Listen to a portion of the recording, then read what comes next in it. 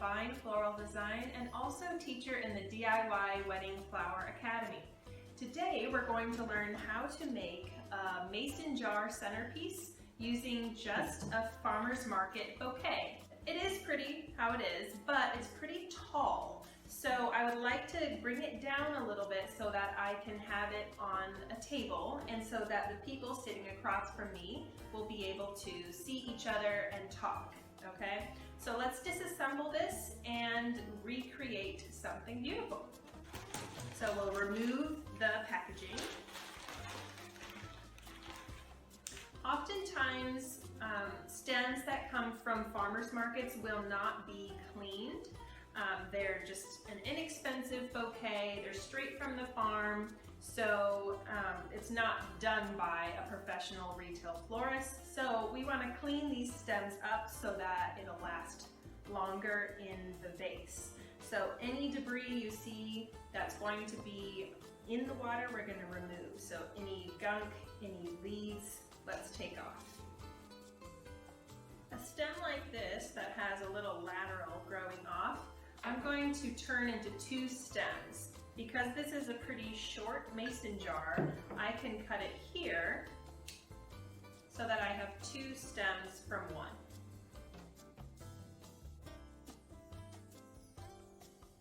Okay, now the bouquet is all disassembled, so let's go over the varieties. We have carnations, got some white ones and one pink one. Those are really cute. We have globe thistle. These a lot of the time come in a blue, but this one's a more grayish, kind of muted green.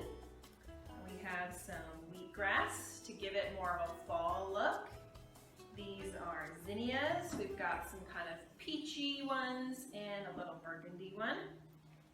And we've got basil. It smells really nice, so if you want a more culinary smell to your arrangement, it can be really gorgeous. This is yarrow. And here we have straw flower. We got two little white straw flowers. So again, I'm going to try and make this arrangement shorter. So I'm going to be cutting these stems down quite a bit so that it can be a nice, manageable centerpiece, okay?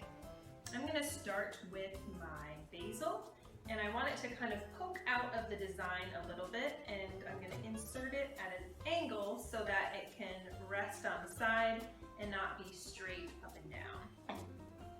When I cut my stems, I'm going to cut them at an angle so that there's maximum surface area at the bottom of the stem so it can suck up as much water as possible, and that way they'll last longer. All right, now I'm going to add in my zinnias. They're going to take up quite a bit of space in the arrangement. I have the most zinnias, more than the other varieties. So it's going to be quite a peachy little arrangement with the zinnias. And what I'm going to do is create a bit of a line through the center of the centerpiece from one side to the other, so your eye can follow right along. And there'll be a little bit of a design and it's not all random. We'll poke in some other ones sort of randomly, but we want at least one design to follow along through the arrangement. So I cut this one quite short because it's going to be at the bottom of the line, and then I'll make these stems a little bit higher so it can go up and over. Alright, now I'm going to add in my carnations. I'm going to put this pink carnation next to these zinnias because they have that peachy, a little bit of pink look, and I want it to blend right in with those zinnias. So I'm going to place it right here, kind of next to that bunch. And on this side of the arrangement, I'm going to make it a little bit lighter with the white. So I'm going to grab my carnations and also my white straw flower and create a little bit of pocket of white on this side of the arrangement.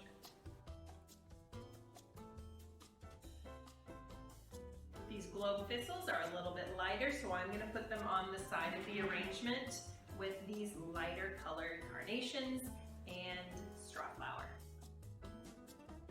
My pink yarrow I'm going to place next to these more peachy pinky flowers, again to make an even bigger statement with that flower.